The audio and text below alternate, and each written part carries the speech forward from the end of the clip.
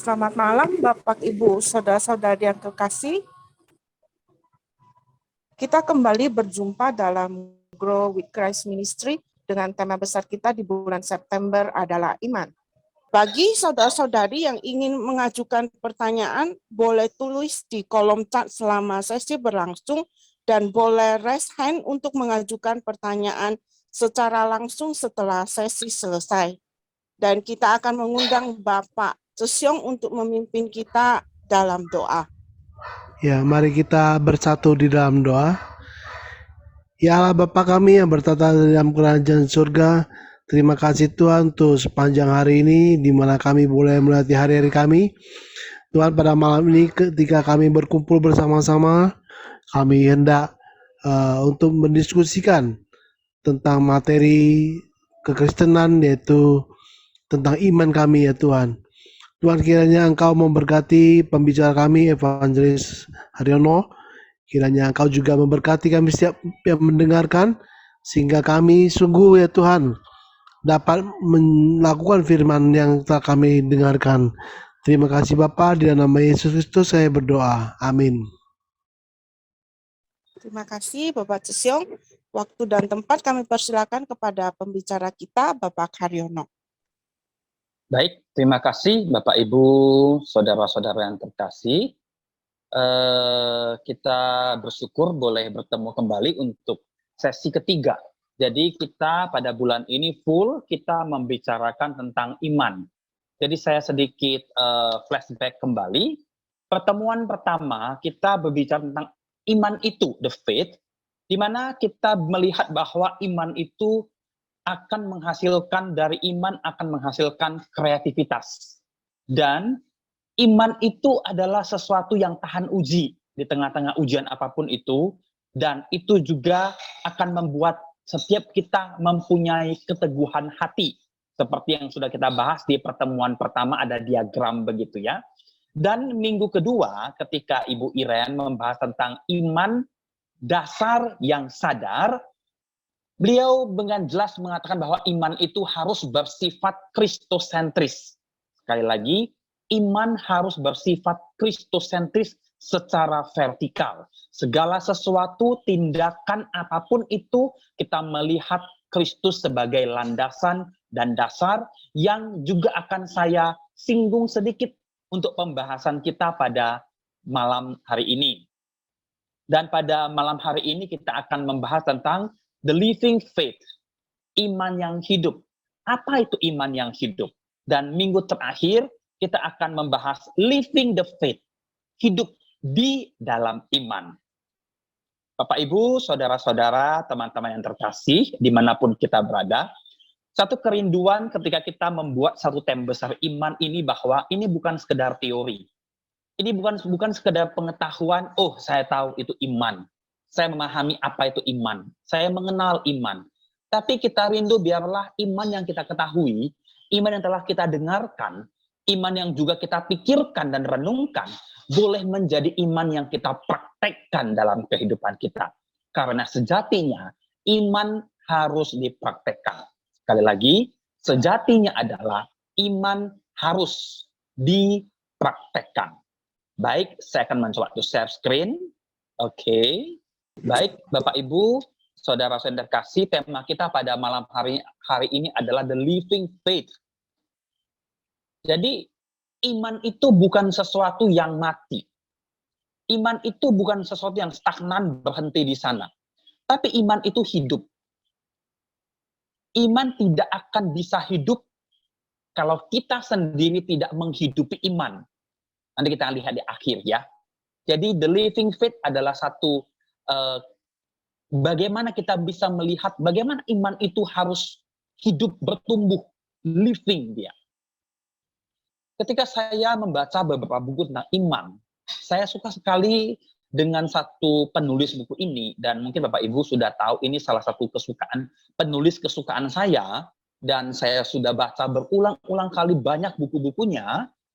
Nah, Max Lucado dengan tema You Get Through This, kamu akan melewati ini. Max Lucado dengan serius menuliskan, iman bukanlah keyakinan bahwa Tuhan akan melakukan apa yang Anda inginkan. Sekali lagi, iman bukanlah keyakinan. Jadi itu bukan keyakinan bahwa Tuhan akan melakukan apa. Jadi kalau kita beriman, saya mau ini dan Tuhan pasti melakukan ini, itu bukan beriman namanya. Saya mau itu dan kita beriman Tuhan akan memberikan itu bukan beriman. Itu tidak bisa kita bilang beriman. Tetapi iman adalah keyakinan bahwa Tuhan akan melakukan apa yang benar. Sekali lagi, iman adalah sebuah keyakinan bahwa Tuhan akan melakukan apa yang benar. Kalau saya baca terus buku ini, maka di bab selanjutnya saya memberikan tambahan sedikit untuk melanjutkan kalimat ini. Itu adalah iman, itu adalah keyakinan bahwa Tuhan akan melakukan apa yang benar, mungkin kurang bahkan tidak benar bagi kita. Karena dalam buku-buku bab-bab selanjutnya, dari Max Lucado ini sangat jelas menuliskan bahwa seringkali apa yang kita inginkan tidak sesuai dengan apa yang Tuhan berikan. Meskipun kita tahu bahwa itu benar. Apalagi kalau kita tidak tahu itu benar. Nah ini cilakanya. Cilaka sekali ketika kita tidak, kita tahu bahwa itu benar, dan Tuhan berikan, kita nggak suka. Itu cilaka. Tapi ketika kita tahu itu adalah kehendak Tuhan, itu adalah sesuatu yang benar, dan kita terima itu iman.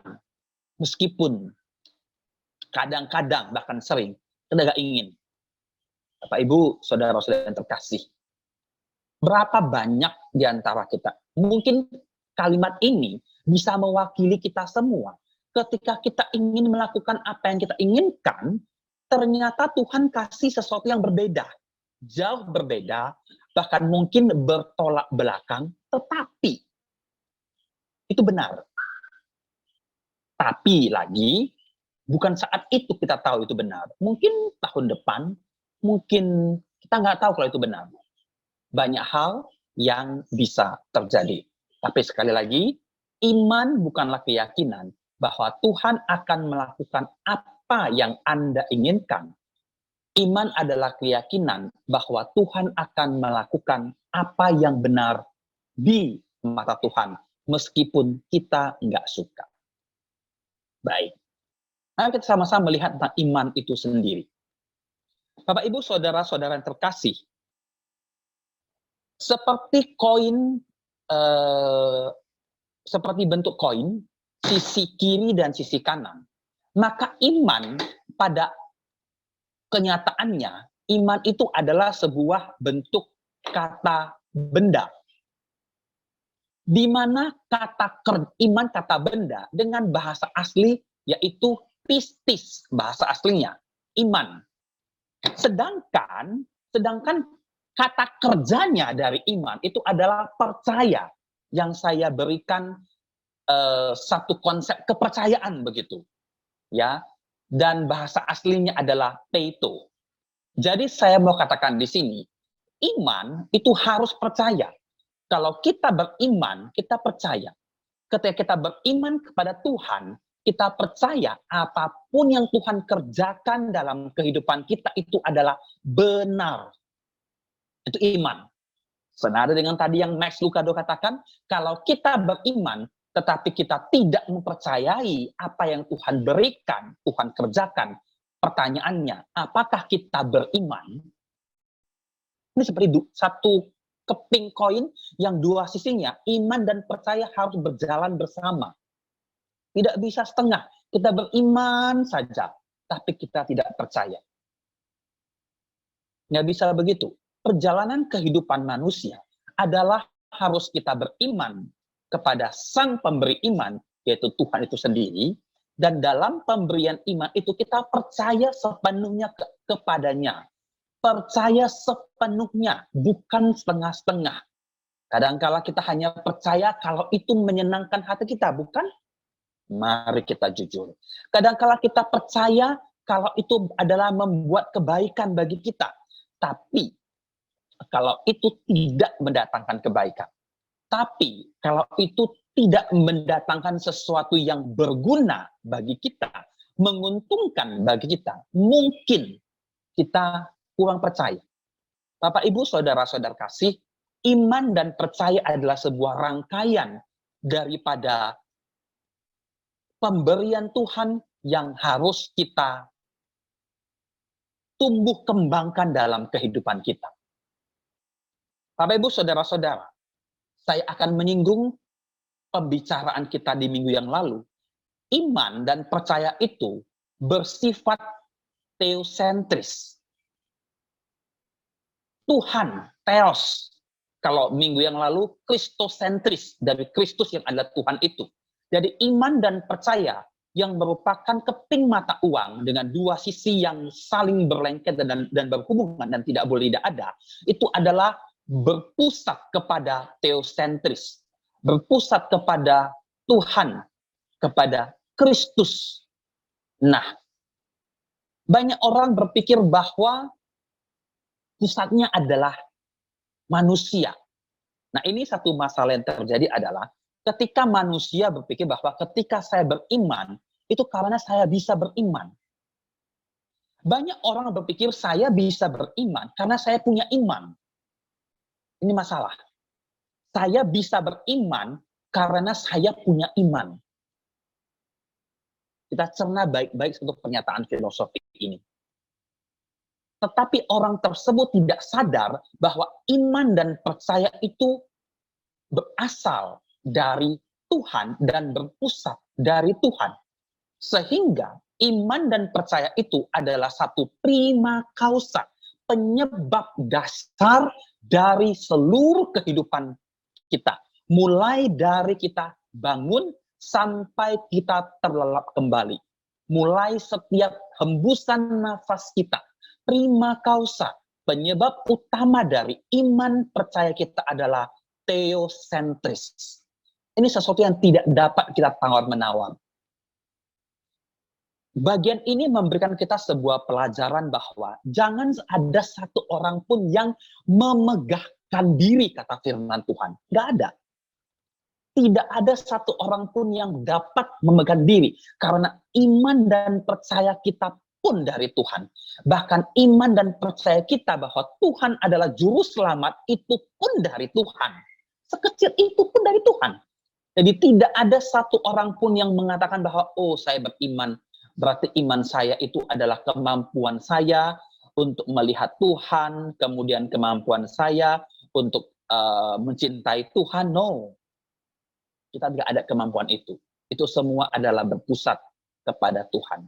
Nah, teosentris yang berpusat kepada Tuhan, iman dan percaya yang teosentris, akan dan senantiasa terus diberikan sebagai anugerah. Sekali lagi, ini diberikan sebagai anugerah kepada manusia. Jadi kehidupannya seperti roda yang berputar. Kita nggak bisa stop di tengah. Nggak bisa. Kita tidak bisa berhenti dalam lingkaran kehidupan iman kita.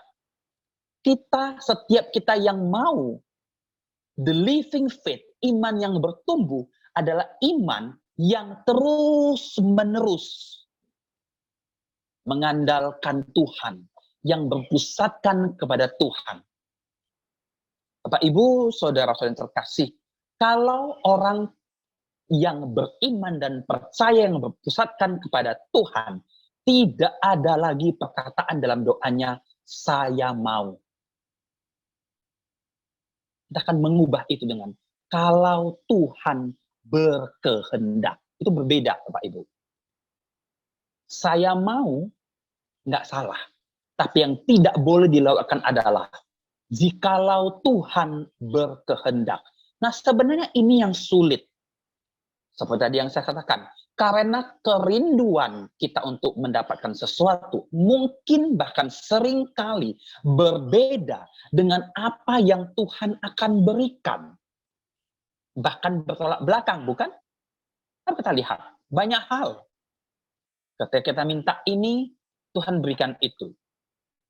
Bapak Ibu, minggu yang lalu seorang misionaris pelayanan di Palu, beliau beriman dan percaya dengan landasan kepada Tuhan, dan Tuhan berikan anugerah kepada dia.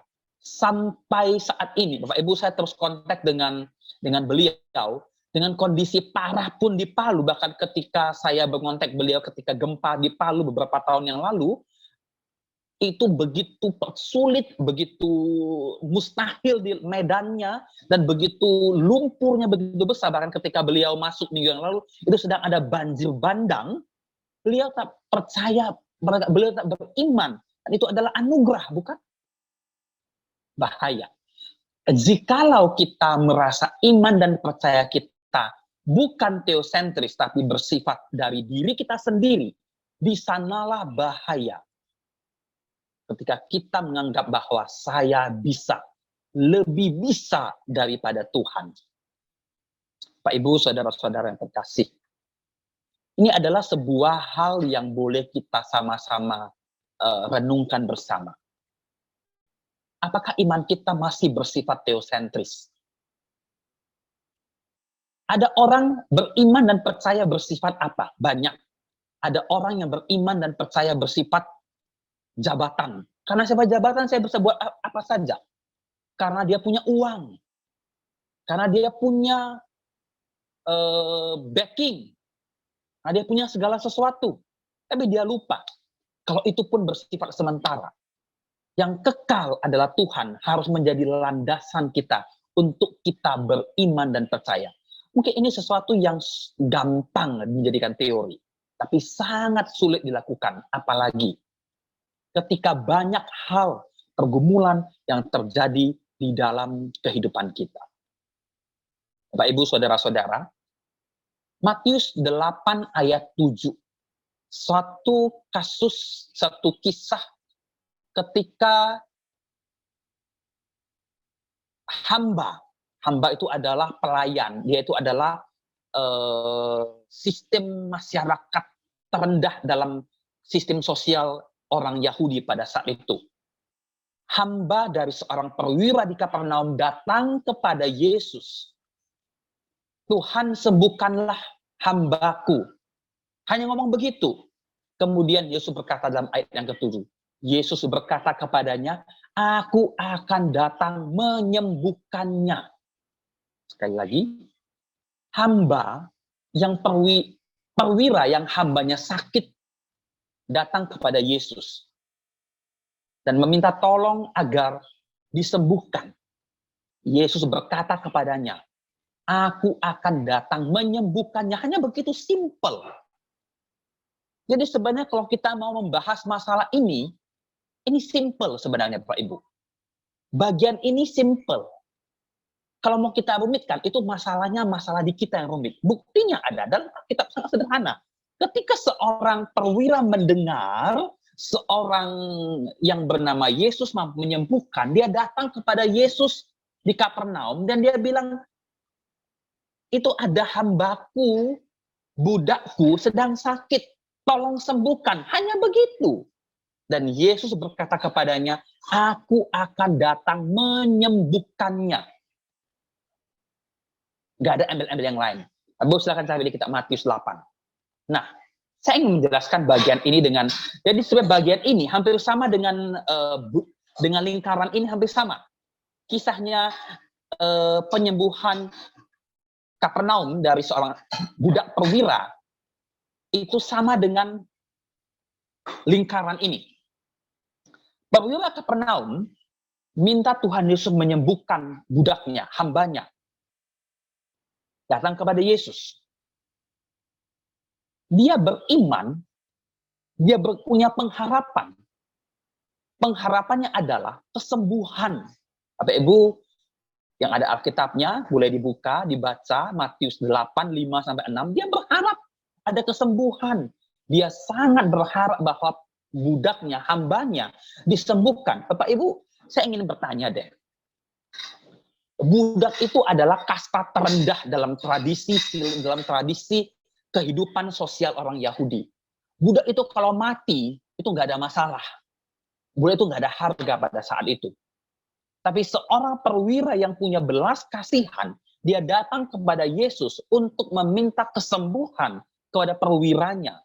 Itu iman yang dimiliki oleh seorang perwira di Kapernaum. Imannya datang kepada Yesus, datang kepada Kristus. Nggak ada embel-embel yang lain. Dan tidak banyak cerita. Nggak banyak tindakan yang lain. Yesus menyetujui dan menyembuhkannya, Bapak Ibu.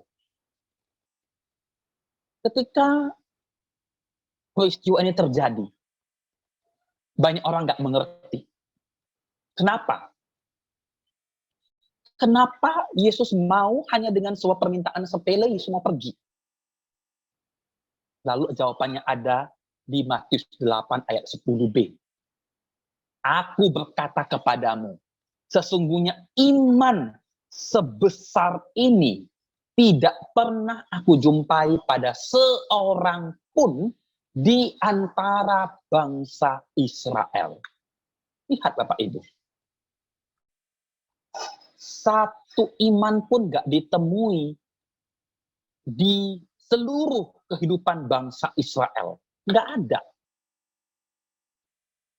Iman seorang perwira Kapernaum ini menggerakkan hati Yesus untuk melakukan sesuatu. Iman itu adalah sesuatu yang membawa Tuhan untuk bekerja. Ketulusan hatinya. Bapak Ibu ingat ketika minggu yang lalu, iman, saya ingin coba mereview kembali. Iman itu akan membuat selain kreativitas, kasus 2 minggu yang lalu, ketika orang lumpuh yang diturunkan dari atap rumah begitu, ya kan? Nah, ada kreativitas dari iman dan dia ada kepercayaan. Ini sebenarnya sama dengan kisah 2 minggu yang lalu. Perwira Kapernaum ini percaya bahwa Yesus itu mampu menyembuhkan. Kalau dia nggak percaya, nggak perlu dia datang. Dan itu akan menimbulkan tahan uji. Itu iman sebenarnya. Jadi perihal tentang 2 minggu yang lalu dan minggu yang lalu, saya simpulkan dengan kisah ini. Selain kristosentris minggu yang lalu, bahwa iman itu sesungguhnya harus memiliki dasar kreativitas, kepercayaan. Ingat, Pak Ibu, saudara yang terkasih, sangat jelas tadi bahwa iman adalah bentuk kata benda, percaya adalah kata kerja. Jadi kalau kita beriman tanpa percaya, itu omong kosong. Nggak bisa. Ketika Yesus melihat bahwa ada kepercayaan dari perwira di Kapernaum untuk menyembuhkan hamba budaknya ini, Yesus menyembuhkannya dan berkata, sesungguhnya iman sebesar ini tidak pernah aku jumpai pada seorang pun di antara bangsa Israel.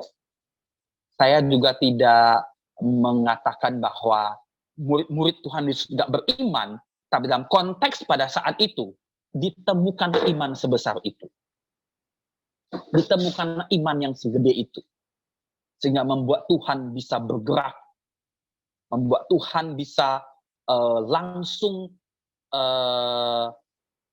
mengatakan sesuatu yang luar biasa. Aku pergi, aku sembuhkan. Dari yang lain. Pak Ibu Saudara, sebesar apa iman kita? Sebesar apa percaya kita kepada Dia dalam mengatasi seluruh kehidupan kita? Kita masuk kepada praktek kehidupan kita. Sebesar apa? Apakah sebesar perwira Kapernaum yang mendengar Yesus sudah menyembuhkan dan lain-lain?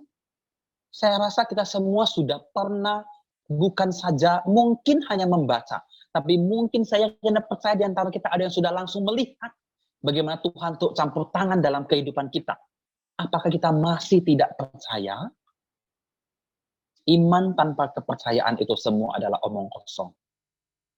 Iman dan kepercayaan yang berpusatkan kepada teosentris, sebagai dasar kehidupan, sebagai prima causa, dan itu adalah anugerah dari Tuhan. Itu menjadi dasar kita dalam beriman. Bapak Ibu Saudara yang terkasih, Martin Luther King menuliskan,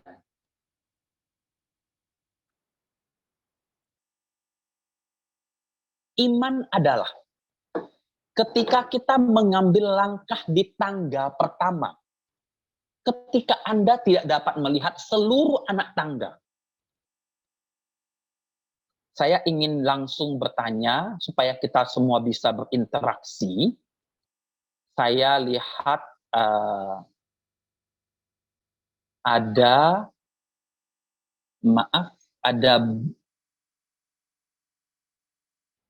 saya akan menyebut, maaf ya, saya akan mencari namanya langsung. Oke, saya akan coba memanggil Ibu Erika. Ibu Erika, saya ingin bertanya kepada Ibu Erika. Bisa Ibu Erika untuk di-unmute? Kita akan ngobrol sebenarnya tentang iman ini. Ibu Erika ada di tempat?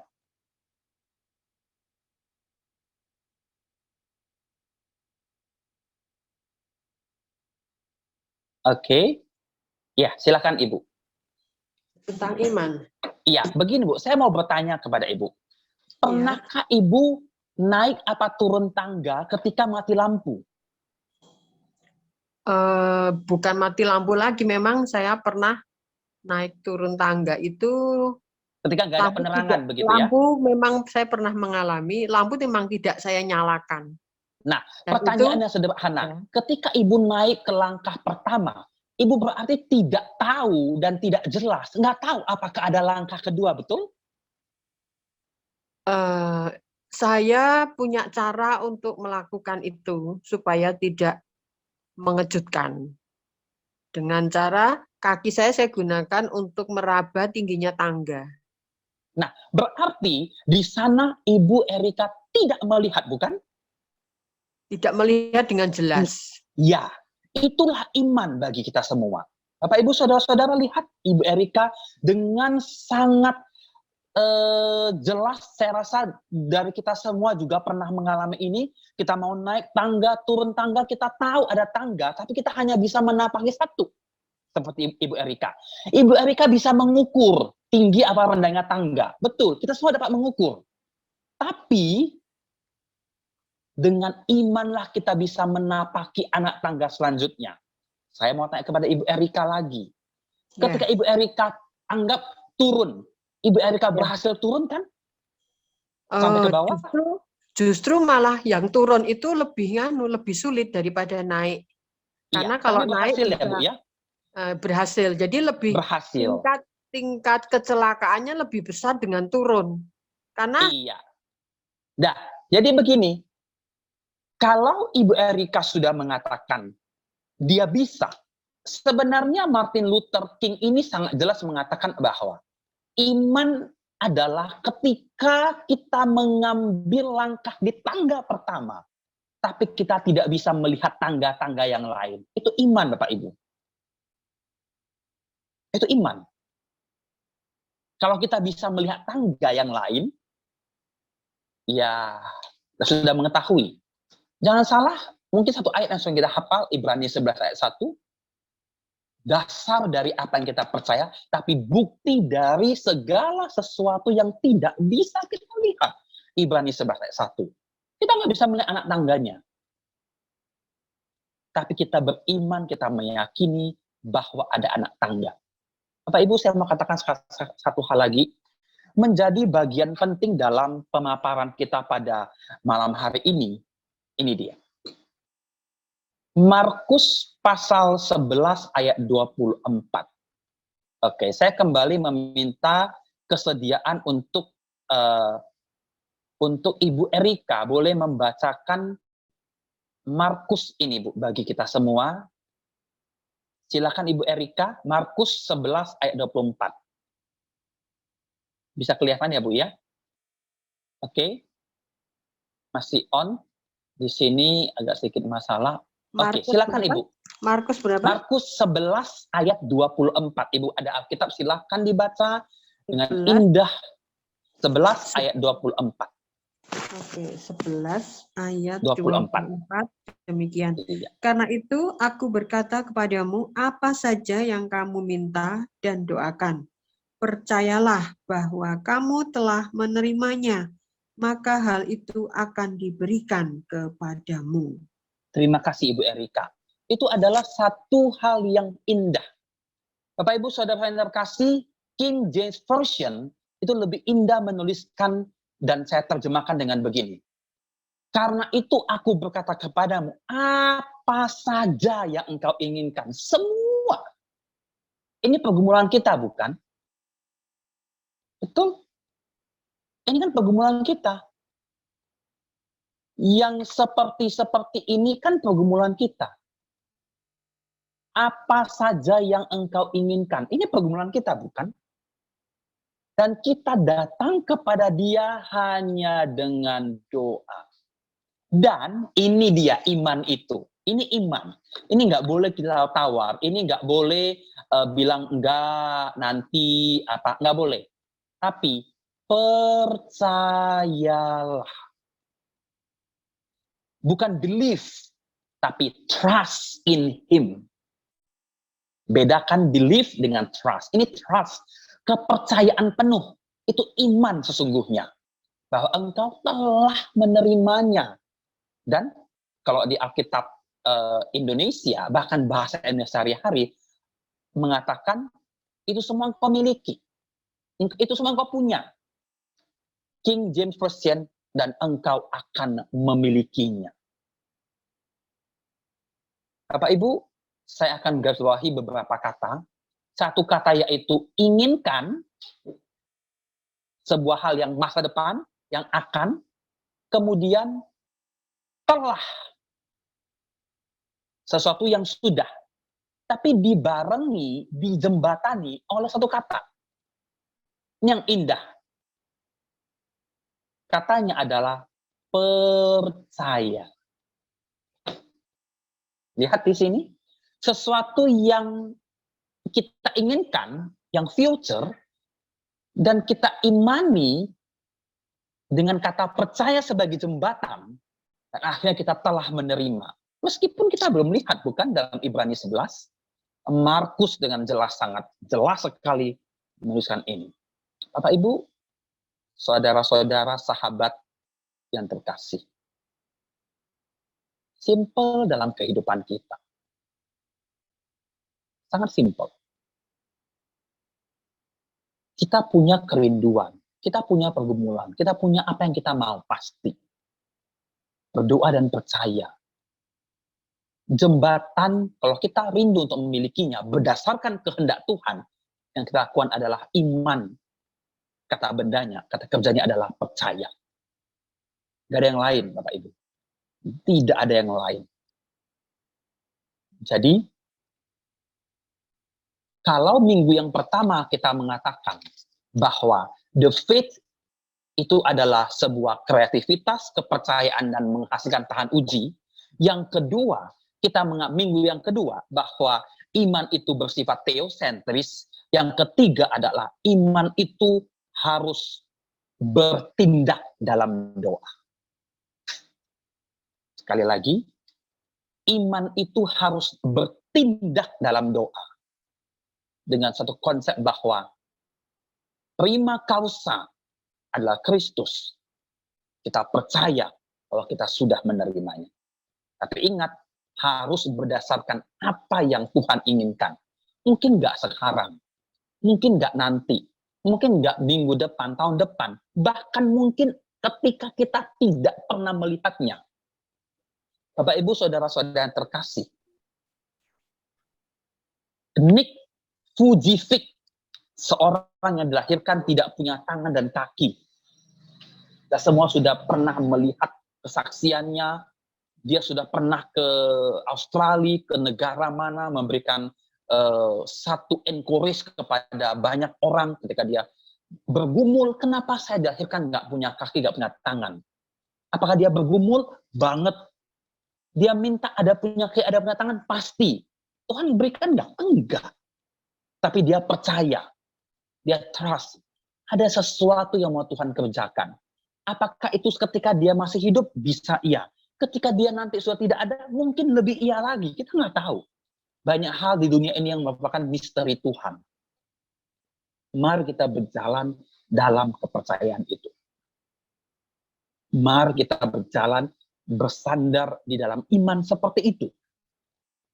Iman itu harus dikerjakan. Faith is an action. Poin kita pada hari ini adalah faith is an action. Percaya, iman itu adalah sebuah tindakan. Bukan pemikiran, bukan pengetahuan, bukan tutur kata, tapi adalah tindakan di dalam doa. Itu yang harus kita sadari. Oleh karena itu, Bapak Ibu Saudara, ada 3 proposal iman yang saya coba tawarkan. Nah, ini sebenarnya kita sudah dengar berkali-kali dalam ibadah-ibadah manapun. Dan sudah disampaikan oleh siapapun. Dari kita remaja, dari kita kecil sampai sekarang. Tapi ini mengingatkan kita sebuah proposal iman. Saya membuat satu proposal bagi kita. Yang pertama, bagaimana kita bisa bertindak dalam iman? Yang pertama adalah firman Tuhan. Ini nggak boleh tidak, Pak Ibu. Tidak boleh tidak. Firman Tuhan. Ini yang penting. Jadi iman timbul dari pendengaran, dari penglihatan kita, ada salah ketik, oleh firman Kristus, firman Tuhan, Bible kita. Itu iman. Bapak, Ibu, Saudara-saudara, jangan hanya cuma menjadi pendengar, jadi pelaku. Tapi sebelum jadi pelaku, mari kita rajin-rajin mengenal firman itu. Firman itu hidup. Izinkan firman itu menjadi pupuk bagi pertumbuhan iman kita. Yang kedua, segala tulisan yang diilhamkan Allah mengajar, memperbaiki kenyataan, menyatakan kesalahan, memperbaiki kelakuan, mendidik. Ikut ini. Bapak, Ibu, Saudara-saudara, kita beriman tapi dia tidak mau ikut firman Tuhan, percuma, Pak Ibu. Kenal firman Tuhan. Ikut apa yang dikatakan firman Tuhan itu. Ikut. Susah? Oh ya, pasti. Itu semua susah. Itu semua susah. Tapi yang tidak kalah pentingnya adalah kita harus bertumbuh. Ini yang saya katakan adalah the living faith. Sehingga kita bukan lagi anak-anak, tetapi dengan teguh berpegang kepada kebenaran dalam kasih. Kebenaran apa? Akan firman Tuhan. Kebenaran akan firman Tuhan yang membuat kehidupan kita bertumbuh. Ini seharusnya hidup kita. The living faith itulah yang harus kita kerjakan dalam hidup kita. Pak, Ibu, Saudara-saudara. Berapa orang dari kita yang kita hanya dengar, tahu, tapi nggak bertumbuh dan nggak melakukan itu. Dengar, tahu, nggak mengikut. Dengar, tahu, pintar, sering kita percakapkan, tapi pertanyaannya kita bertumbuh nggak? Kita hidup di dalamnya nggak? The living faith adalah living yang bertumbuh, yang growth, yang bertumbuh terus, bukan mati. Iman tidak boleh mati. Pupuklah dengan firman Tuhan. Bapak, Ibu, Saudara-saudara, satu hal yang menjadi pergumulan kita dari tahun ke tahun, masa ke masa, bulan ke bulan, minggu ke minggu, bahkan hari ke hari. Bagaimana hidup kita menjadi hidup yang mempunyai pertumbuhan iman yang kuat dan kokoh. Bapak, Ibu, saudara-saudara, gambar ini menjadi satu kesimpulan dalam pembahasan kita. Kita mau bertumbuh? Kita akan bertumbuh? Kita harus mendapatkan pupuk. Pupuk itu adalah dari firman Tuhan. Itulah pertumbuhan iman yang sejati. Melakukannya dalam doa. Bapak-Ibu, saudara yang terkasih, bagaimana kita menjalani kehidupan kita dalam iman? Bagaimana kita mengimani iman kita? Itu pertanyaan yang terus kita harus gumulkan setiap hari. Ketika kita berdoa, kita gumulkan, saya bertumbuh dalam iman yang bagaimana? Saya mengimani iman yang mana? Apakah iman kepada yang lain selain Tuhan? Apa menjadi prima causa, menjadi dasar iman kita? Itu yang harus kita gumulkan senantiasa. Saya tidak panjang lebar. Saya rindu Bapak, Ibu, Saudara boleh sharing tentang kehidupan iman kita sampai saat ini. Bagaimana kehidupan iman kita sampai saat ini. Saya akhiri sharing saya sampai di sini. Dan saya rindu kita bisa semua boleh berbagi. Dan kita semua boleh sama-sama terus bertumbuh dalam iman. Saya kembalikan kepada host pada malam hari ini. Terima kasih Bapak Haryono untuk penyampaian firman-Nya. Bagi saudara-saudari yang mau bertanya, boleh tulis di kolom chat atau boleh langsung raise hand. Kami persilahkan. Bapak Ibu yang punya sharing, boleh kita akan sama-sama sharing, kita rindu untuk boleh saling berbagi. Oke, shalom. Shalom. Masalah iman ini ternyata dalam kehidupan saya itu ada levelnya. Saya masih ingat ketika masih kanak-kanak itu, saya minta atau berdoa itu senangnya di depan cermin. Dan saya ngomong sama Tuhan, Tuhan saya pengen seperti ini, seperti ini. Itu terjadi. Ada dua hal yang sampai sekarang saya ingat benar-benar Tuhan kasih gitu loh. Nah, kemudian dalam kehidupan mulai saya mulai mau melayani full itu, saya mulai tabungan saya yang tidak banyak, tapi saya berikan 10% dari tabungan saya untuk Tuhan. Dengan iman, Tuhan itu memelihara hidup saya. Saya tidak berharap banyak dari hasil perpuluhan itu. Saya berimannya hanya rasa syukur saya kepada Tuhan. Senang aja aku ingin memberi kepada Tuhan dan rasanya baru ini yang layak. Kemudian setelah dalam tahap saya pelayanan full, itu yang namanya iman, doa beriman, itu sangat berbeda dengan waktu-waktu sebelumnya ketika anak-anak, kemudian masa awal pelayanan, dan saat ini, itu saya melihat bahwa tidak lagi berbicara pasti. Yang saya doakan pasti terjadi. Karena ternyata kemudian dalam pengenalan saya akan Tuhan itu untuk berdoa pasti kita harus mengenal Tuhan.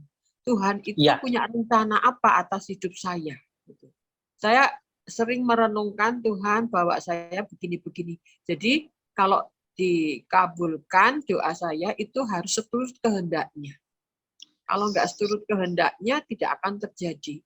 Dan kalau setiap doa dikabulkan, dijawab, walaupun dengan iman, seolah-olah Tuhan itu bukan lagi Tuhan, tetapi pemuas kebutuhan saya. Sehingga saya tidak melihat itu Tuhan. Dan itu memang terjadi dalam kehidupan saya, bahwa saya tidak lagi mengatakan, saya pasti doa saya dijawab. Tapi saya mengatakan, kalau Tuhan menilai baik, pasti akan Tuhan jawab pada waktunya. Dan satu hal sampai saat ini yang saya lihat itu menjadi jawaban doa, bukan berdoa sampai semalam suntuk. Kami pernah ketika mahasiswa pelayanan itu ada waktu-waktu menjelang Paskah atau pas Paskah itu ada doa semalam suntuk. Saya kalau ingat, wah itu satu doa yang menyiksa bagi saya. Karena kenapa doa harus berjam-jam dan waktu tidur? Tapi waktu itu saya akan sebagai anggota persekutuan itu saya hanya ikut tapi setengah mati begitu. Sampai kemudian saya menemukan doa itu tidak menyiksa kok. Doa itu berbicara kepada Tuhan. Tuhan itu siap sedia kok. Kita mau ngomong kapan saja, mungkin pas berkendaraan atau mungkin pas lampu merah, itu kan kita nganggur. Daripada saya potong sebentar Ibu Erika. Ibu Erika dalam perjalanan sampai saat ini ada satu tantangan iman apa yang pernah Ibu temui? Yang paling susah. Ini yang sekarang ini tantangan saya adalah rekan seiman yang tidak beriman sungguh-sungguh kepada Tuhan. Itu menjadi tadi saya mencoba menyelesaikan karena saya pikir saya tidak melakukan pelanggaran, saya tidak melakukan hal-hal yang mengganggu orang itu. Ini rekan seiman justru awalnya juga rekan seiman, beda orang saja, itu justru menghambat, saya katakan. Tidak bisa bersatu dalam iman Kristus. Karena ternyata yang namanya saudara seiman, itu imannya beda. Ada yang imannya pangkat, imannya gaji, dan sebagainya. Itu yang saya lihat. Nah, saya tidak berpikir di situ urusan gaji itu kan Tuhan. Pangkat itu urusannya Tuhan. Karena itu akan ditambahkan. Matius 6 ayat 33, carilah dahulu. Saya cari gitu, cari Tuhan, maunya Tuhan itu gimana. Bahkan sekarang ini saya kadang kalau nggak mendengar suara ilahi itu, ada apa ya dengan diri saya? Ada apa yang menutup? Saya pernah dibuatkan ketika Maria itu disapa oleh Tuhan, disangka itu penunggu taman. Dia disapa oleh Yesus yang bangkit, padahal Maria itu sedang berduka karena Yesus kok mati. Gitu. Dia disapa nggak mengenal Yesus. Ternyata di situ dibukakan bahwa kalau kondisi terlalu sedih, itu tidak bisa mendengar suara Tuhan. Karena saya memang membutuhkan tidak hanya membaca Alkitab, karena ada situasi-situasi mendadak, mendesak, itu saya butuh suara Tuhan. Apa yang Tuhan mau. Karena dari pengalaman Ibu Erika sendiri yang sulit dengan rekan begitu ya, yang seiman tapi nggak seiman begitu, apa langkah-langkah yang Ibu Erika pernah lakukan sehingga mungkin ini bisa menjadi masukan bagi kita semua? Yang jelas tetap baca firman. Ya. Saya cari waktu yang menyenangkan Tuhan. Khususnya saat ini yang menjadi masalah besar orang Kristen adalah kesatuan. Nah, ini yang saya kejar. Bagaimana saya punya waktu di dalam tugas pelayanan saya di kantor, bisa berdoa bersama-sama dengan antar denominasi. Dan itu memang sulit sekali. Karena saya melihat disitulah Tuhan buka jalan. Bukan kita jam-jaman berdoa, itu bukan. Tapi bagaimana kita bisa bersatu dengan yang lain tanpa permusuhan.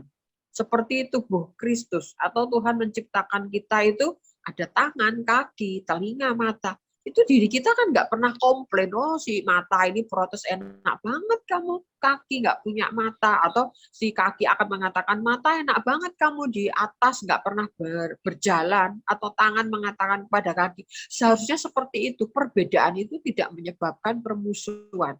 Karena saya masih melihat, kami pelayanan terus, khususnya untuk pelayanan di rutan itu, di penjara itu saya selalu melibatkan gereja lain. Karena warga binaan yang berbeda-beda gereja. Jadi saya menghadirkan banyak hamba Tuhan dan kami sering diskusi soal ini gimana ini. Sebenarnya saya memancing untuk membuka hatinya dan terbuka. Ternyata banyak hamba Tuhan melayani tapi saling merasa aku sing lebih benar, dia salah. Jadi selalu ada kata-kata yang mengatakan aku lebih benar daripada dia, aku paling baik daripada si pendeta itu. Setelah Ibu Erika melakukan doa, baca firman, dampaknya, hasilnya kelihatan nggak? Mungkin nggak langsung ya, tapi ada kelihatan hasilnya. Yang jelas hasilnya kalau saya pribadi, karena yang lain belum mendengar sharing dan kesempatan sharing, karena kita doanya Sabtu pagi jam 5 itu singkat, jam 5 sampai jam 6, dan saya membagi doanya, tidak hanya saya, firmannya juga bergantian, yang memimpin pujian bergantian dari gereja ke gereja tanpa mengubah. Jadi tetap mereka menampilkan ciri khas mereka. Kalau karismatik ya silakan karismatik, kalau ya non karismatik juga non karismatik. Saya sendiri merasakan ada doa yang sulit terjawab selama saya belum melakukan kesatuan itu tiba-tiba terjadi. begitu mudahnya, seperti kebetulan. Dan saya sudah menyadari beberapa waktu, beberapa kali, karena saya doanya sebelum pandemi sudah jalan, kita sebelum pandemi itu dari gereja ke gereja, jadi tahu, oh gereja A di sana lokasinya, oh gereja B di sini. Dan saya mengatakan, semua kan sama Alkitabnya. Yesusnya juga sama, tidak ada Yesus yang pakai rok, saya bilang gitu. Yesusnya tetap sama yang sudah disalibkan. Kenapa mesti dibedakan? Juga masalah baptis. Saya kadang saya sampaikan dengan rasa apa yang menyampaikan hatinya Tuhan, supaya jangan membuat Tuhan itu susah dengan perbedaan itu. Silahkan yang mau baptis selam, silahkan. Perjamuan kudus mau pakai anggur, mau pakai tuwong, mau pakai gelas kecil, silahkan. Tapi jangan merasa nek betul itu pakai tuwong. Ada yang perjamuan kudus pakai gelas kecil dengan alasan ini, nggak usah, wis nek mau ikut yang tuwong silahkan ikut, yang mau gelas kecil silahkan, nggak usah berkomentar yang menimbulkan kebencian. Saya karena dulu juga pernah ketika masuk di penjara itu perbedaan masalah anggur. Ada hamba Tuhan yang patok bangkrong kalau perjamuan harus air anggur. Ketika masuk hutan nggak boleh air anggur karena mengandung alkohol. Bagaimana mungkin gereja masuk dengan anggur beralkohol, sementara warga binaan itu tidak boleh konsumsi alkohol karena bisa menimbulkan kecelakaan dan sebagainya. Wah, itu waktu itu sempat berdebat, saya katakan saya mau diperdebatkan dan saya jelaskan. Kenapa? Karena anggur waktu itu kan di sana petani anggur. Kalau di Indonesia kan petani padi. Mau pakai air leri pun nggak masalah, saya katakan gitu. Apalagi ada orang yang tidak bisa minum alkohol. Kan juga nggak bisa dipaksa. Itu hanya soal ritual yang justru seringkali menjadikan perpecahan. Saya mencoba mengupayakan untuk hal itu. Jadi istilahnya kalau bahasa gampangnya saya katakan saya cangar begitu. Jadi ketika juga ada pendeta mengatakan, ini kok pakai nama Yesus itu Yehova apa gitu, waktu itu saya katakan tidak usah dipersoalkan. Ini kan orang dari gereja yang membuat daftar doa. Jadi kalau Bapak nggak setuju silahkan diganti lembar doa ini dan Bapak yang mengubah, saya bilang gitu. Dan ternyata tidak bisa. Karena memang pakai biaya menyusun doa itu dengan kertas foto dan dibuat desain sedemikian rupa menarik. Enak saja mencela begitu. Ternyata nggak bisa. Memang gerejanya kecil, kenapa kok menang mencela? Tidak. Kalau nggak cocok ya, yang penting kan bisa dibaca. Nggak usah dikatakan dengan waktu itu agak marah. Saya pikir ini nggak perlu. Ini memalukan Tuhan. Gereja Kristen itu pengajarannya bagus, tapi jangan dikotori dengan perbedaan yang menimbulkan perdebatan, bahkan permusuhan. Jadi yang saya sampaikan, kesatuan itu sebenarnya kunci dari iman itu. Kalau kita bisa berjuang untuk bersatu, kalau rumah tangga ya bagaimana bisa membangun misbah keluarga. Karena waktu itu ketika ada kesatuan juga ada hamba Tuhan mengatakan, boro-boro kesatuan gereja di rumah saja, orang tua mau makan bareng, anak makan bareng, sulit. Nah, malah dikatakan seperti itu. Ya itu salah kalau sampai hamba Tuhan seperti itu. Harus bisa mencari waktu bagaimana bisa membangun misbah keluarga. Bisa makan bersama. Kalau satu rumah kita nggak bisa misalnya. Jadi saya lebih sekarang mendapatkan bahwa kesatuan gitu. Jadi ya kita harus ciptakan kesatuan itu di mana saja. Terutama rutinitas untuk berdoa, membaca firman, pujian, itu yang menjadi inti menyenangkan Tuhan terlebih dahulu. Oke, thank you buat sharingnya Ibu Erika, memberkati kita semua. Terima kasih buat Ibu Erika untuk sharingnya, sangat memberkati bagi kita semua. Di kolom chat ini ada pertanyaan dari Bapak Joko Pangabean. Apakah sekali beriman tetap beriman? Silahkan. Oke. Pak Joko Panggabean, kalau saya mau katakan beriman yang bagaimana dulu. Kalau gini, saya katakan beriman, saya ingin katakan begini ya. Iman itu kata benda, kata kerjanya percaya. Betul ya? Iman kata benda, kata kerjanya percaya. Saya mau katakan, iblis pun percaya ada Tuhan. Jadi apakah iblis beriman? Belum tentu.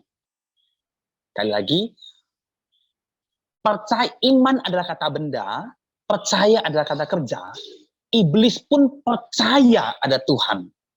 Iblis tahu kalau ada juru selamat. Iblis tahu dia akan menyesatkan bangsa. Dia tahu itu. Dia percaya. Dia beriman akan hal itu.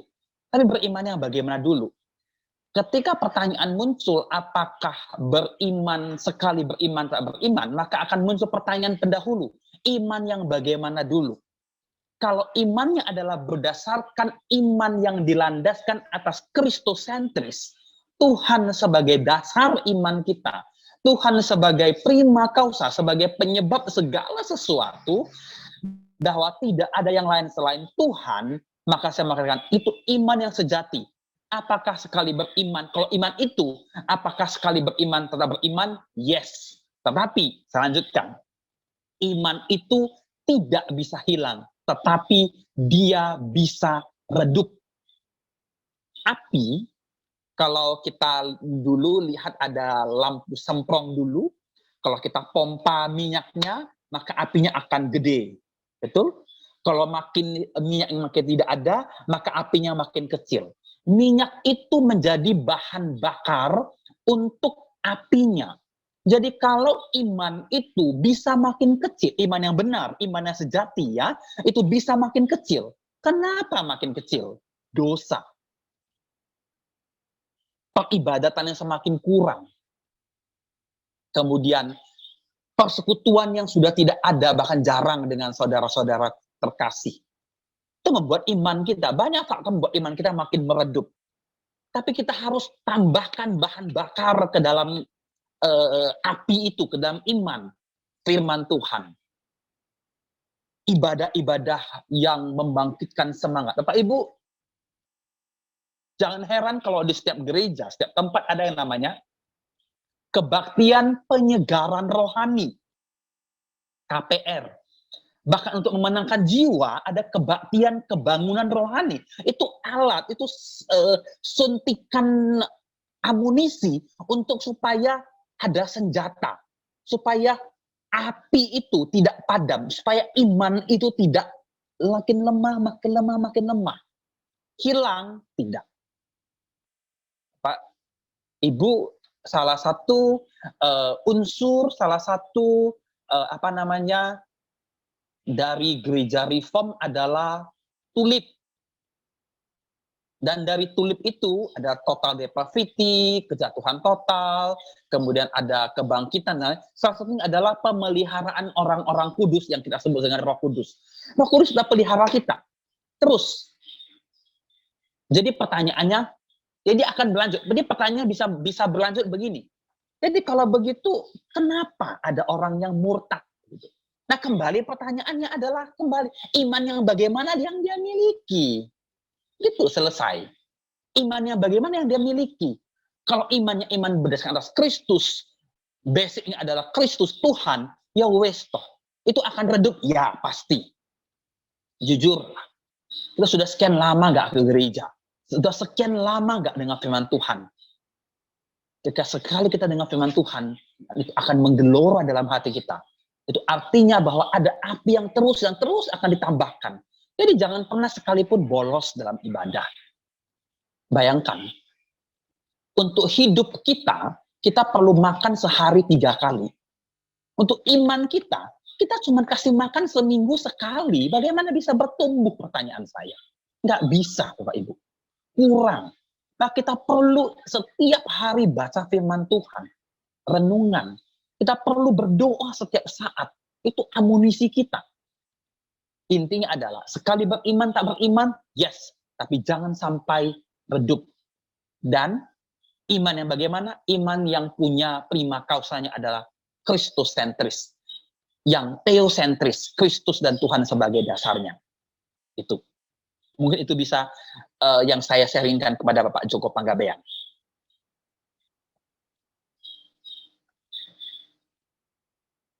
Saya kembalikan kepada host.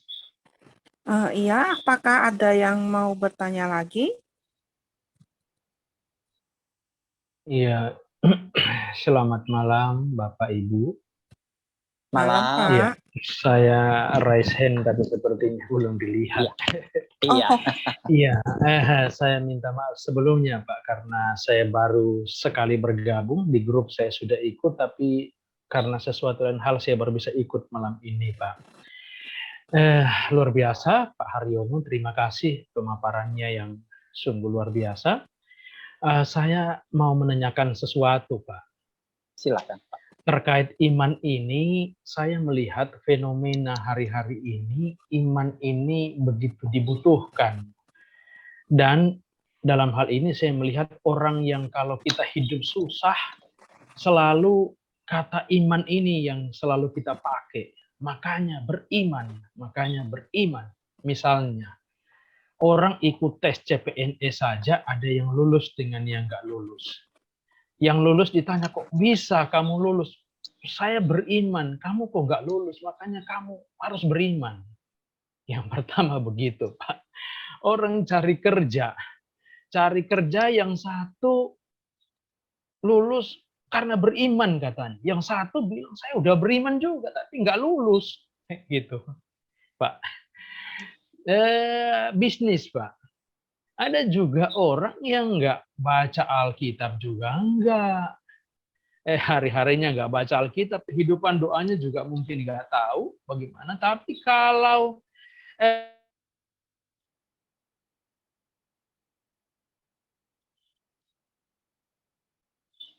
Sorry, sepertinya agak macet. Bapak dari Makassar? Saya di Makassar, Pak. Iya, Saya di agak Makassar. macet, Pak. Tadi sedikit, Iya. Pak. Ya. Baik.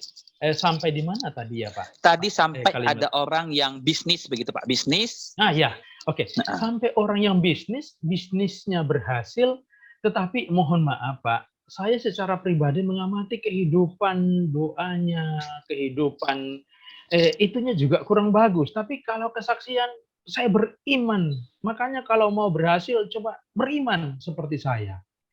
Nah, ini juga membingungkan sebab nantinya akan ada orang menganggap bahwa iman ini sesuatu yang kapan saatnya bisa dipanggil, kapan saatnya bisa ada, kita aktifkan, kita apa, sehingga ini Pak, ini. Nah, termasuk ini Zoom saya ini agak macet-macet, Pak. Oh ya. Sebelum saya ikut Zoom ini, Zoom saya baik-baik aja ini, tapi kayaknya mungkin kurang beriman, Pak. Agak macet, Pak. Ini kalau saya cerita ke orang, saya bilang ini agak macet, sebelumnya lah, itu kamu kurang beriman. Okay. Pak Haryono, ini mungkin pertanyaan saya, mohon maaf, mohon dicerahkan, dan saya upayakan untuk terus ikut acara ini, Pak. Oke. Terima kasih, Pak, dari Makassar. Puji Tuhan sudah mengikutinya. Jadi begini, saya tidak mau menghakimi siapapun ya. Tadi yang tes CPNS nggak lulus, kemudian yang cari kerja nggak sukses. Tapi saya mau kesaksian selama setengah tahun ini. Saya 3 kali, Pak. 3 kali saya mencoba, saya nggak bilang beruntung, tapi 3 kali saya mencoba sesuatu untuk kehidupan saya ke depan. 3 kali. Beberapa teman yang ada di sini tahu 3 kali, dan 3 kalinya gagal. Saya tidak pernah menyalahkan Tuhan. Justru itu yang buat saya semakin dekat kepada Tuhan. 3 kali gagal dalam hal-hal yang saya sudah rencanakan. 3 kali, benar-benar 3 kali. Orang bilang sudah habis lah gitu lah, 3 kali. Tapi bagi saya itu nggak masalah. Karena saya yakini, bagi saya imani, mau tes CPNS, mau bekerja, kegagalan dan keberhasilan, itu bukan dinilai sebesar banyak iman berarti kita masuk. Sebesar mana kita beriman, kita bisa sukses. Nggak seperti itu. Tidak ada rumus, ini sebenarnya. Tidak ada rumus matematika yang mengatakan imannya kuat berarti hidupnya berhasil. Nggak ada. Buktinya, tidak ada satupun rasul-rasul dalam firman Tuhan yang hidupnya sukses. Mati, ada yang dipanggang. Paling hebat yang diasingkan ke Pulau Patmos. Ada yang dirajam, dilempar batu, ada yang kepalanya dipenggal, disalib terbalik. Apakah mereka tidak beriman? Mereka sangat beriman. Meskipun ada yang sudah pernah menyangkal. Tapi hidup mereka nggak baik-baik saja. Bagi saya, kadar iman bukan ditentukan dari keberhasilan hidup. Yang pertama. Yang kedua, kadar iman bukan dari apa yang dilihat manusia, tetapi apa yang Tuhan lihat. Nah, ini bahaya. Tadi kata pertanyaan Bapak adalah seorang pengusaha, bisnismen, dia kehidupan rohaninya begini-begini, doanya juga nggak menjamin, tapi dia sukses, dan ketika dia cerita, inilah iman, hidup dalam iman, ya itu kita lihat. Ingat, firman Tuhan mengatakan, bukan apa yang dilihat manusia, itu yang dilihat Tuhan. Bukan. Tapi apa yang dilihat Tuhan itulah yang penting. Manusia boleh berdalih. Contoh, kita rajin ikut Zoom, kita rajin ikut webinar, kita rajin kebaktian doa, ibadah, baca firman Tuhan, ke gereja, jadi pengurus majelis, segala yang kita buat. Apakah itu menjamin kita beriman? Belum tentu. Tindakan-tindakan kerohanian tidak menjamin setiap orang atau orang tersebut punya iman. Karena iman bukan ukuran seperti 1 liter, 2 liter, sekilo, 2 kilo. Nggak bisa. Itu adalah bagaimana personality kita dengan Tuhan. HPDT, hubungan pribadi dengan Tuhan. Jadi kalau ada pernyataan orang mengatakan, kenapa bisa begitu? Kenapa orang itu tidak berdoa dan bla bla bla, tapi dia lulus CPNS? Bagi saya adalah satu hal yang saya ingatkan kepada setiap orang, dan menjadi pengingat bagi saya sebenarnya ketika saya pernah gagal dalam satu kali periode ini, ya, gagal 3 kali. Saya punya satu iman, saya mengatakan demikian. Satu, Tuhan punya rencana yang lebih indah, bahkan lebih indah daripada apa yang kita mau. Kan tadi di awal sudah saya katakan dalam sharing saya bahwa iman itu bukan berarti apa yang kita mau. Bukan, tapi apa yang benar di mata Tuhan. Ini penting. Kalau apa yang kita mau itu iman, itu bukan iman, itu Tuhan sebagai pesuruh kita. Seperti yang dikatakan Ibu Erika tadi, ya Tuhan bukan jadi doa kita bukan hanya sebagai iman kita, tapi ya jadi, dan bahasa lebih kasarnya, Tuhan itu adalah pembantu kita. Saya mau ini ambilin, saya mau itu ambilin, yang nggak bisa begitu. Yang pertama. Yang kedua, ketika seseorang itu tidak masuk, gagal, itu bisa saja merupakan suatu ujian bagi dia. Ujian. Tidak semua yang kita doakan itu harus tercapai. Bukankah Tuhan Yesus berdoa di Taman Getsemani, biarkanlah cawan ini berlalu daripadaku? Apakah cawan itu berlalu? Tidak. Tuhan tetap memikul salib, mati bagi manusia. Itu dia. Jadi, kalau ada teman, ada saudara, sahabat yang mengatakan bahwa, oh kenapa begini, kan imannya kan bagus. Kita nggak tahu. Kita nggak tahu. Hanya Tuhan yang tahu. Kita hanya bisa mempertanggungjawabkan iman kita sendiri di hadapan Tuhan. Iman itu tanggung jawabnya kita. Bukan orang lain. Kita, saya dan Tuhan. Orang lain mau lihat saya beriman, welcome, you guys tahu beriman. Orang lain mau mengatakan saya tidak beriman, ya orang opo-opo. Ya nggak apa-apa ya, mainkan aja ya nggak apa-apa. Itulah kita, itulah saya begitu. Iman itu sebuah pertanggungjawaban antara saya dengan pencipta. Yang tahu itu saya dengan Tuhan. Bukan orang di sekitar saya, nggak ada yang tahu. Bahkan pendeta di gereja sekalipun. Bahkan kita juga tidak bisa menilai pendeta itu punya iman, nggak bisa. Itu masalah urusan pribadi, personal kita dengan Tuhan. Jadi sharing saya mengatakan bahwa kenapa bisa begitu, ya pertama adalah kita harus samakan, ingat baik-baik bahwa apa yang kita mau belum tentu maunya Tuhan, tapi yang mau Tuhan adalah sesuatu yang benar. Jadi kalau dia nggak masuk CPNS, Tuhan mungkin belum mau dia masuk. Atau mungkin Tuhan mau yang lain. Itu bisa terjadi. Kan Tuhan mengatakan bahwa dalam kitab Yesaya bahwa rancanganku bukanlah rancangan kecelakaan, tapi rancangan damai sejahtera. Nantikan itu Tuhan. Nantikan Tuhan. Menantikan waktu Tuhan adalah iman, bukan. Yang kedua adalah kita nggak bisa mengukur iman seseorang dari mata penglihatan kita. Nggak bisa. Biarkan dia bertumbuh dengan imannya pribadi, personal dengan Tuhan. Mungkin itu saja yang bisa saya ringkan. Thank you, Pak. Terima kasih, Pak Haryono. Tuhan memberkati, Pak. Tuhan berkati, Bapak. Oke, selanjutnya sudah ada yang raise hand. Kami persilakan kepada Bapak Ian Simbolon untuk langsung pertanyaannya kepada pembicara. Silakan Pak Yan.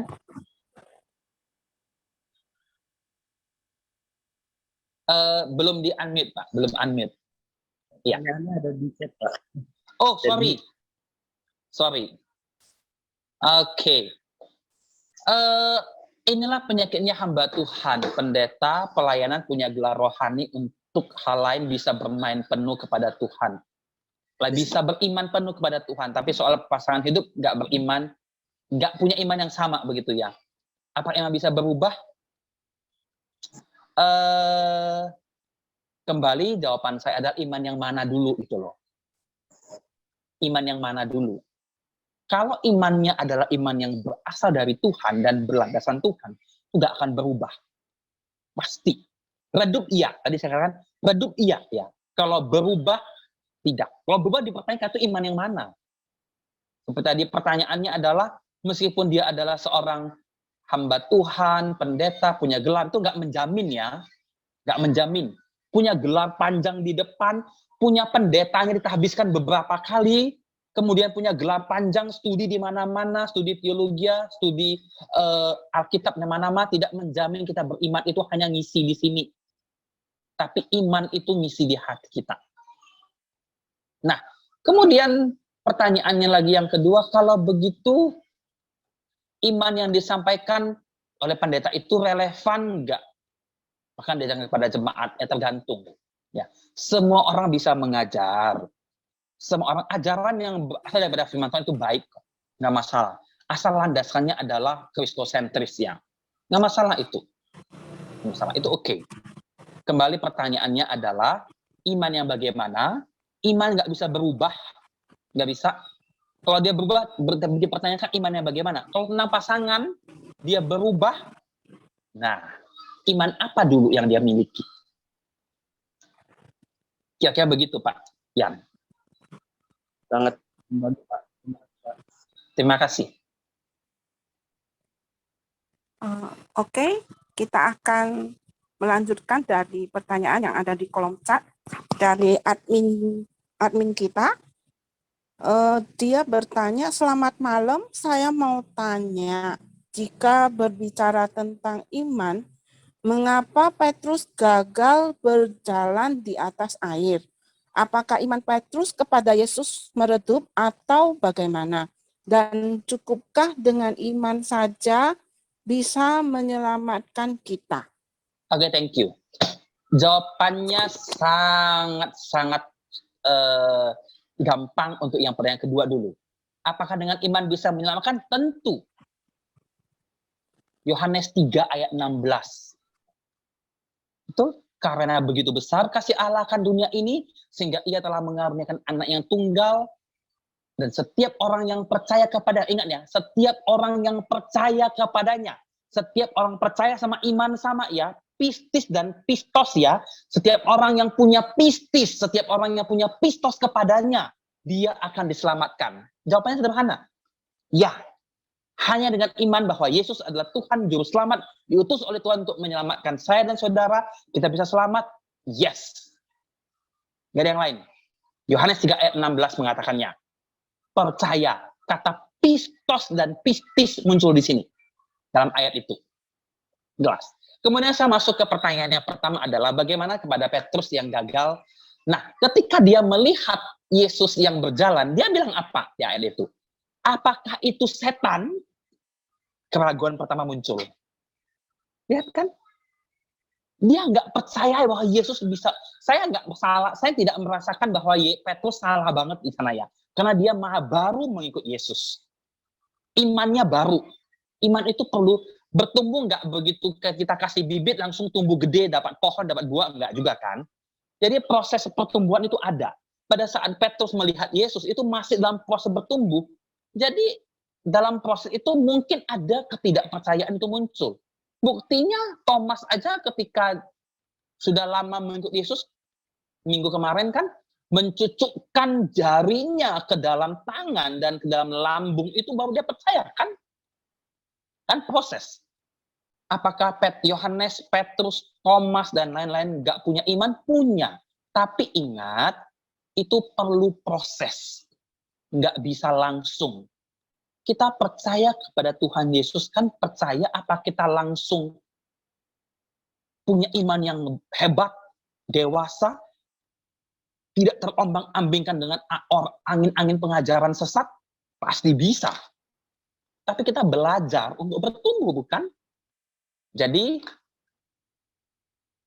dia melihat Yesus berjalan aja, Petrus lihat Yesus berjalan aja, dikira itu hantu. Terus sudah mulai pertanyaan pertama itu, pernyataan pertama itu, apakah itu hantu? Itu sudah melihatkan sekali, dia nggak percaya. Redup. Apinya redup begitu. Ya, kira-kira begitu bisa menjawab. Thank you. Terima kasih Bapak Haryono. Ini masih ada yang raise hand dari Bapak Joni, dan mungkin ini adalah pertanyaan yang terakhir ya. Kami persilakan Bapak Joni. Mungkin saya nggak bertanya, tapi lebih kepada sharing ya tentang apa yang pernah saya alami. Karena menurut saya kalau bertanya lagi nanti Evangelis Haryononya yang stres nanti. Sudah ditanya berkali-kali ya kan? Sharing. Nah, jadi gini, sedikit sharing dari pengalaman saya tentang yang relate dengan hal yang dibicarakan hari ini. Bagaimana menurut saya, pandangan saya, salah satu lawan dari iman adalah kekhawatiran. Kekhawatiran dalam hidup kita gitu ya. Nah, jadi salah satu yang dulunya kekhawatiran saya yang paling besar adalah bagaimana orang tua saya yang belum percaya, karena saya punya pengalaman bagaimana ibu saya meninggal, dia belum percaya dan saya sudah percaya, namun saya harus mengikuti ritual yang ada dengan terpaksa. Nah, kembali lagi, kekhawatiran setelah itu apa? Kekhawatiran selanjutnya saya adalah ayah saya yang belum percaya. Saya takut juga harus mengalami hal yang sama. Ditambah lagi, saya sudah aktif di gereja dan saya juga punya, katakanlah saya punya jadi pengurus gereja juga. Bagaimana nantinya ke depannya kalau misalkan orang tua saya meninggal, apa yang harus saya lakukan? Saya tidak mungkin lagi mengikuti ritual yang ada, memegang hal sembahyang dan sebagainya. Bagaimana orang yang melihat juga, itu akan menjadi satu hal yang tidak baik untuk dilihat, ataupun bisa juga menjatuhkan orang lain, menjatuhkan iman orang lain. So, saya berdoa agar ayah saya percaya. Itu bukan setahun 2 tahun saya katakan, itu mungkin berjalan dari 2009, mungkin saya doa, bahkan sampai saya nggak berdoa lagi untuk itu pada saat itu ya. Dari 2009 saya berdoa mungkin sekitar 2 tahunan saya tetap berdoa agar ayah saya percaya. Nah, puji Tuhan adalah di tahun 2018 Tuhan menjawab. Namun Tuhan menjawab doa saya bahwasanya ya ayah saya percaya, dia bahkan dibaptis gitu, sehingga satu kekhawatiran yang paling besar dalam hidup saya lepas, selesai. Saya tidak khawatir lagi akan hal itu.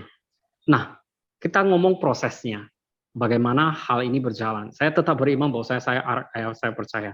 Seperti yang tadi juga disampaikan Evangelis Haryono tentang iman juga adalah sesuatu hal yang kita harus lakukan, suatu pekerjaan.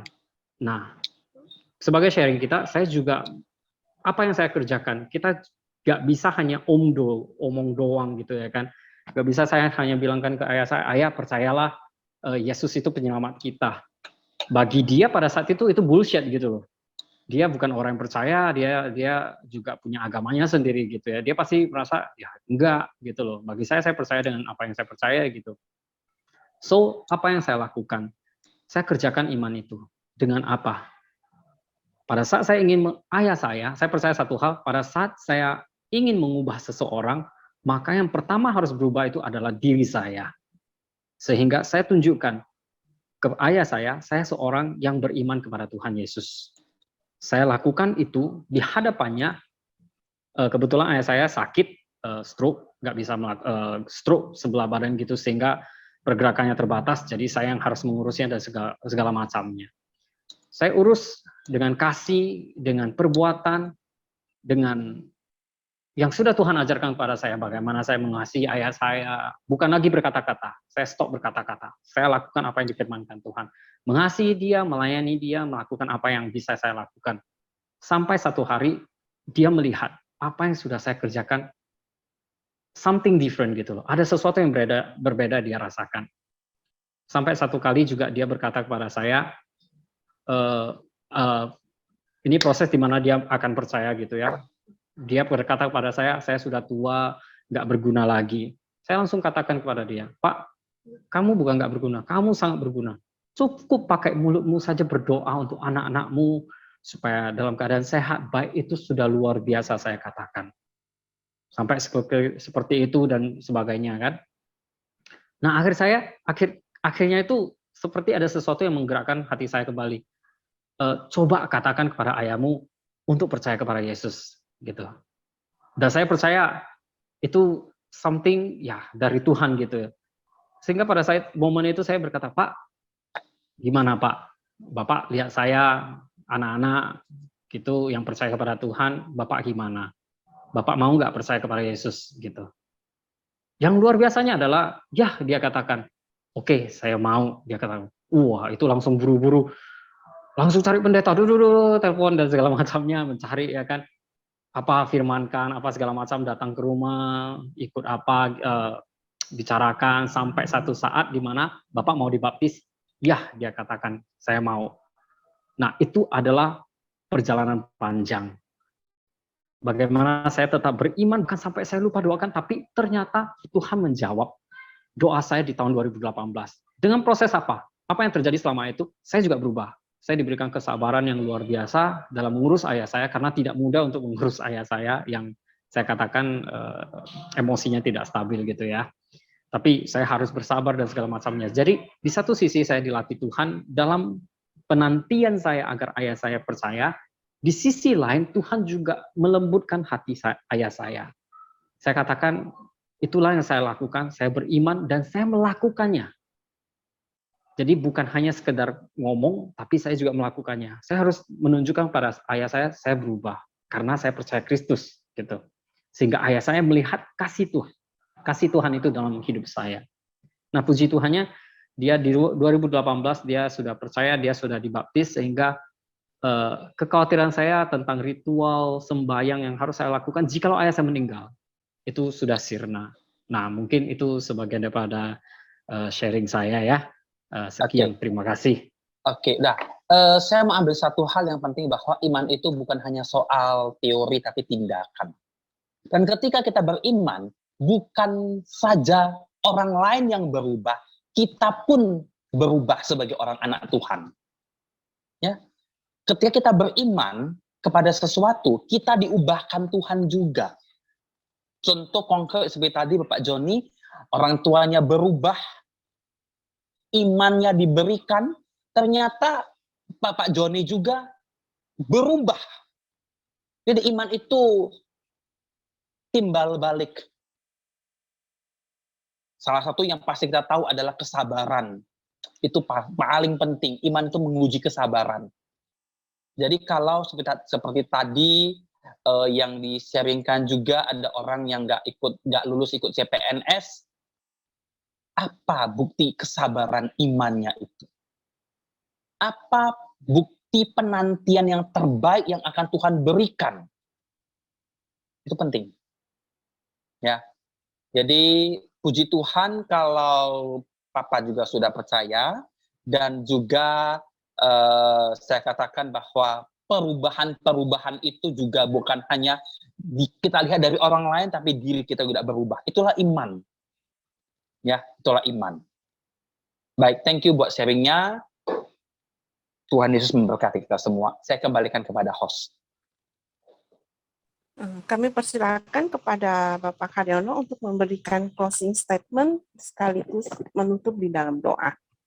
Baik, Bapak Ibu, saudara yang terkasih, sebenarnya closing statement saya adalah ingin merangkumkan 3 pertemuan kita sampai nanti di pertemuan selanjutnya. Kalau pertemuan minggu lalu ada seorang misionaris yang akan memberikan kesaksian, kita kita akan doakan minggu depan ada seorang sudah dihubungi, semoga beliau juga bisa, kalau tidak berhalangan. Beliau adalah seorang survivor dari cancer yang masih muda, dan beliau akan sharing bagaimana beliau juga punya satu pergumulan yang berat sekali ketika diambang kehidupan dan kematian, tapi beliau sangat bergumul dalam imannya. Baiklah, Bapak Ibu.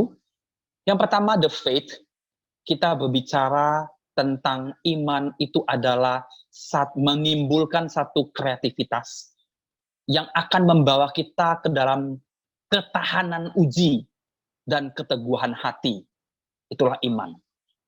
Dan itu semua harus bersifat kristosentris, kembali kepada Kristus. Berlandaskan sebagai prima kausanya adalah teosentris, Tuhan, Kristus. Dan itu haruslah dilakukan, haruslah sebagai action, haruslah ada tindakan. Karena iman bukan hanya soal pikiran, bukan hanya soal pengetahuan, bukan hanya soal percakapan, tapi iman itu adalah sebuah tindakan. Lakukanlah tindakan-tindakan iman itu, sehingga hidup kita adalah hidup yang berbuah. Kita bertumbuh, berakar, dan yang paling penting iman kita menghasilkan buah berlipat kali ganda bagi banyak orang, sehingga orang melihat inilah anak Tuhan. Inilah sebenarnya anak Tuhan. Untuk closing statement dari saya, nah kita rindukan minggu depan sebagai penutup dalam pembahasan iman kita akan membahas tentang bagaimana kita menghidupi iman itu. Saya menutup dalam doa, mari kita berdoa bersama-sama. Bapa di surga, kami mengucap syukur atas kasih anugerah Tuhan, kami boleh belajar sampai pada tahap yang ketiga dalam satu tema besar, yaitu iman. Kami rindu ini bukan sekedar pengetahuan mengisi kognitif setiap kami, tapi ini boleh menjadi praksis kami, menjadi tindakan-tindakan nyata dalam kehidupan kami. Sehingga hidup kami adalah kehidupan anak Tuhan yang bertumbuh. Ajar kami Tuhan, ajar kami. Jadikan kami sebagai pribadi-pribadi yang boleh menjadi teladan-teladan iman. Yang boleh menjadi pribadi-pribadi yang boleh menunjukkan Kristus itu hadir dan hidup dalam setiap kami. Tolong kami Tuhan pada malam hari ini, yang akan beristirahat, yang akan tidur. Setiap kami yang mempunyai kesakitan, sakit, penyakit, Tuhan sembuhkan. Setiap kami yang mempunyai keadaan kondisi yang lemah tubuh, Tuhan pulihkan. Dengan segala pergumulan, permasalahan, baik dalam pekerjaan, baik dalam studi, baik dalam keluarga, baik dalam kehidupan pribadi, dalam hal keuangan, Tuhan pulihkan setiap kami Tuhan. Kami percaya Tuhan bahwa iman dari Tuhan itulah yang akan membawa kami setahap demi setahap melangkah lebih dekat dengan Tuhan. Meskipun kami tidak melihat anak-anak tangga yang lain dalam kegelapan, kami mengimani bahwa kami berjalan bersama dengan Engkau. Terima kasih Tuhan. Kami rindu kami boleh bertemu kembali dalam Zoom kami yang minggu depan, bahkan bulan depan. Kami serahkan hidup kami sepenuhnya ke dalam tangan kuasa pimpinan Tuhan. Terima kasih. Dalam nama Tuhan Yesus yang menjadi Tuhan dan juga Juru Selamat kami yang hidup, kami berdoa dan kami mengucap syukur. Haleluya. Amin.